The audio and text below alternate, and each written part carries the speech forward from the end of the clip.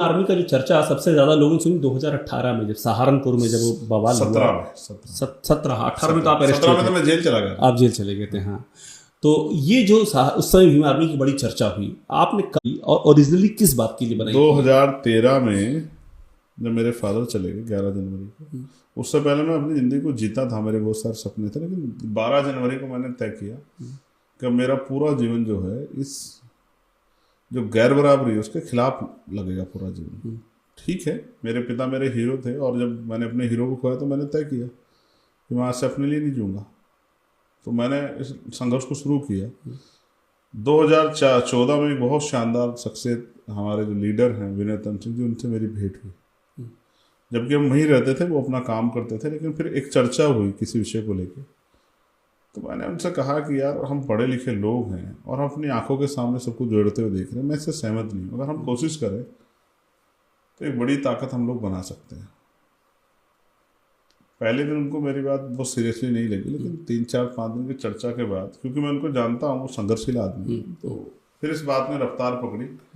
और इसी बीच जो है वो स्कूल छात्रों वाला झगड़ा भी हुआ, सेकंड फेस उसका आया।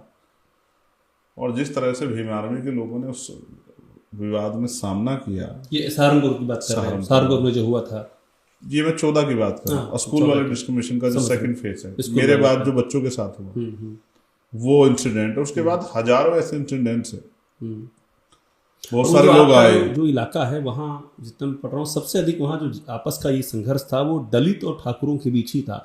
मेरे ख्याल सहारनपुर में आगे चल के जो हुआ, जिसमें आप एनएसए लगाने, उसकी भी पृष्ठभूमि वही थी।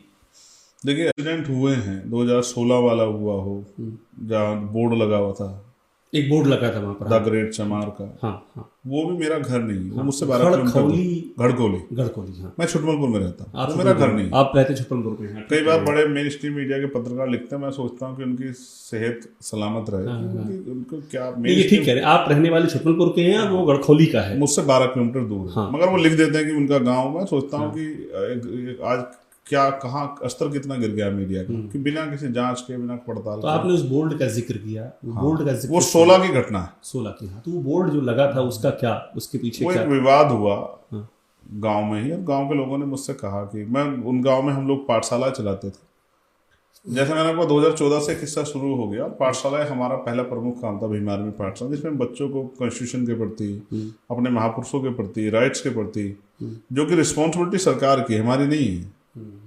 हम तो नागरिक हैं, हमारी जिम्मेदारी अपने प्रति है। ये आपकी जो पाठशाला चल रही थी उसकी बात आप बता रहे हैं।